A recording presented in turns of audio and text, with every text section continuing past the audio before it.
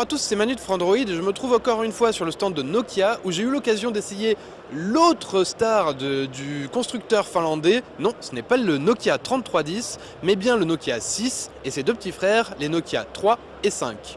Le Nokia 6, c'est un appareil d'entrée milieu de gamme à petit prix. Il est équipé d'un Snapdragon 430 et de 3 ou 4 Go de RAM en fonction de la configuration, d'un écran Full HD de 5,5 pouces et il est étonnamment bon.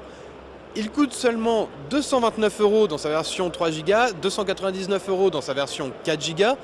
Et pourtant, il tourne comme un charme. On a pu l'essayer, on a fait tourner Asphalt 8 dessus, il n'y a absolument aucun problème, aucun ralentissement. Dans l'interface, c'est pareil, on peut lancer plusieurs applications de suite, il n'y a pas de souci.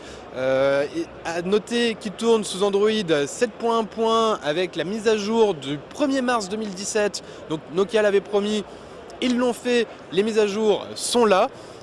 Et surtout avec une interface pure Android, on est sur un Pixel Launcher comme on pourrait le trouver sur le Google Pixel.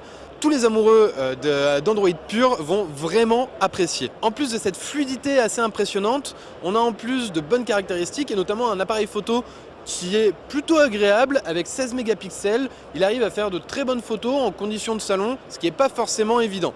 Et Nokia n'a pas travaillé que la partie technique, mais aussi la partie esthétique, puisque le Nokia 6 est vraiment très agréable en main.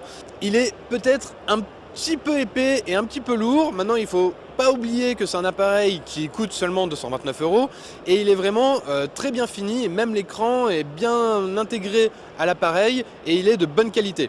C'est le cas également des Nokia 3 et 5, qui malgré leur tout petit prix, sont également très agréables, avec la même fluidité et une très bonne qualité également, même si dans l'appareil photo, on ressent que la qualité n'est pas vraiment la même. Autant dire que si Nokia nous a déçus avec le nouveau Nokia 3310, on est très enthousiaste par l'arrivée de ces Nokia 3, 5 et 6 et on a hâte de les tester. D'ailleurs, ils arrivent dès ce printemps.